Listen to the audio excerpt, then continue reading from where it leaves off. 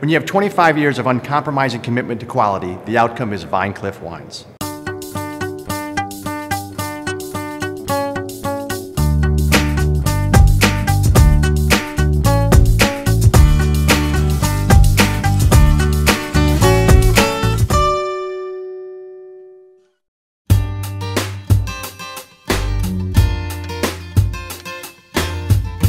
Well, Rob, thanks for having us out to Vine Cliff. Pleasure. We are enamored with the property and certainly the product. Walk me through and start us on how this became a reality. We bought the property in 1985, my parents, and the vineyard was planted in 1986 here. Okay. I started coming up to Napa and taking classes in viticulture at that time, and I thought that was it for me. I really loved it, so I worked for 4 years for other wineries, and then I came here to take over the farming aspect in 1992. Okay. And then we made the first 4 vintages at other wineries with our grapes.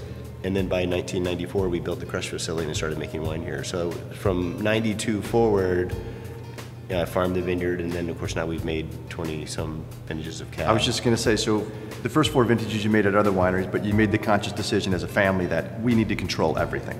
That was the point, yeah. Okay. And try to do everything at the highest level. Right. And for me, what I figured out pretty quickly in Napa was there's this culture of quality that everybody, like if somebody figures out something to improve grapes, everybody knows about it in about 5 seconds. Okay. And so we've always been the one, well, okay, we'll try it. I mean, you know, just not like changing our style every year, but just kind of slowly moving towards all the improvements that are possible. Right. So whether it's, you know, somebody one year said that the wing on a cluster of cab is less ripe than the rest. And I mean, it wasn't weeks when we're removing those, you know, but we did some measurements to verify that that was true. And if you separate the canopies with twist ties, it takes a lot of time and labor, but more light comes in, and so we did that. And then somebody in 2004 said that they were starting to hand sort jacks out at Peter Michael Winery. And I went and looked at the equipment the next year, and we're one of the first 4 wineries in Napa that was actually doing stem jack removal. Right. You know, 5 or 6 years ago, barrel fermentation, they said, well, you could have these really integrated tannins. And we said, well, let's try that. And so we're just kind of always willing to continue to chase all the improvements that are possible. So really trying to push the envelope to the highest quality possible. Yeah, because that's what's exciting, right? So what is the philosophy from a wine-making standpoint that you want to get from the vineyard with the high quality and meticulous nature that you farm, organic, and you're hand tending the vines, and what do you want to come through from that process into the glass and for the consumer to experience? Well, it's unique. Oakville's unique. Okay. Oakville has the, you know, grapes ripen every day based on they start at a certain temperature, and then when it gets too hot, they may stop ripening, but they don't ripen in the morning. Well, Oakville has the most hours of ripening of any appellation in Napa Valley. So it gets warmer here earlier in the morning than any other appellation, and actually ripening kicks off ahead of all the other appellations. We obviously want to express the site. And what does that expression feel like or taste like in the glass? What's unique about the Oakville fruit? Because it is very, very special. Well, you know, you're able to make these mountain grapes small, intense, you know, a high amount of extraction because just the grapes, that's what the grapes are.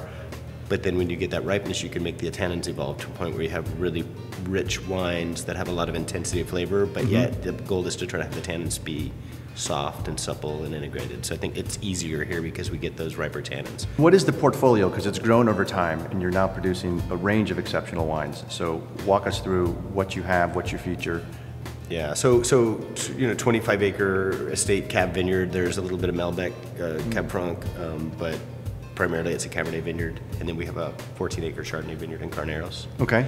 So I mean, we are a Chardonnay. We make a Carnero Chardonnay from our vineyard, and we make a Reserve Chardonnay from our vineyard, and then we make 3 levels of cab from the vineyard depending on the vintage. The top 2 levels weren't made in 11, only the least expensive of the 3. So you know, there's 3 cabs, 2 Chards. The standard, if we want to make a Malbec or the Zen, for example, or if we decide to bottle a unique Chardonnay, they have to be cool enough that the winemaker and I'd want to take them to a barbecue with our buddies and share them. What is total case production? So right now since 2004, we're between 6,000 and 8,000 cases every year. Okay. So it's not massive, but it's enough that... It's a small winery. Right. Yeah. And the cave is fantastic. The facility is fantastic. Thank you. Should we taste some wine? Absolutely. Excellent. Love to. Thanks so much to Rob for introducing us to the winery. The commitment to quality, the constant tweaking for perfection. Do yourselves a favor, stop by and get some of the Vine Cliff Winery. Thanks so much for your support.